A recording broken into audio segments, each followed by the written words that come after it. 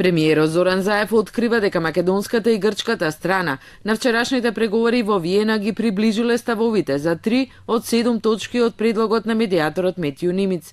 Шефовите на дипломатиите Димитров и Кодзијас првпат влегоа во суштински преговори, откако претходно само ги образлагаа позициите на двете држави. Иако усогласени средбата да ја одржат во најголема тајност, премиерот Заев кажа дека не сака да открива детали за да не излезе дека се преговара преку медиумите, но сепак кажа дека има некакво приближување за полесните прашања и дека треба да се даде шанса на процесот.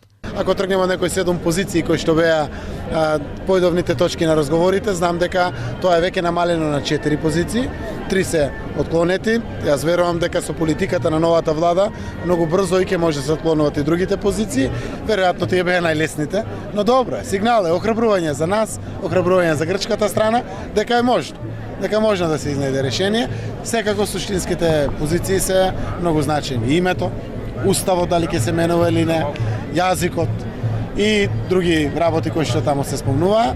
Секако тоа е суштината на самиот преговорачки процес и можноста за изнаоѓање на решение. Достоинството е многу важно, идентитетот е многу важен.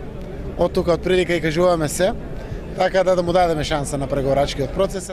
Заев не кажа дали е договорена географска одредница како решение за името, но потврди дека отфрлена можноста за временска одредница.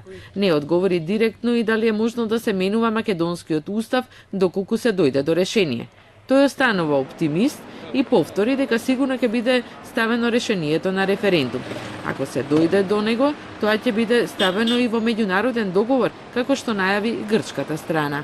Едно од тие сите скицирање и нацрт верзија за меѓународен договор или спогодба помеѓу двете страни, кој што секако на крајот се надеваме дека треба да биде ратификуван во парламентот.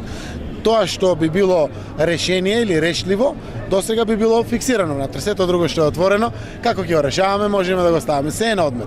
Но не да заборавиме што и да се разговара, дали е на билатерално ниво или, не знам, на министерско, на премиерско ниво, се враќа кај Нимиц. Заради тоа што процесот е предводен од Обединетите нации. За овој меѓународен договор пишуваа грчките медиуми, повикувајќи се на извори во владата, според Прототема. Иако грчката влада инсистира на име Ерга Омнес, а македонската дека не се можни уставни промени. Решението би било меѓународен договор депониран во Обединетите нации, а гаранции за неговото почитување се содржани во членот 118 од македонскиот устав.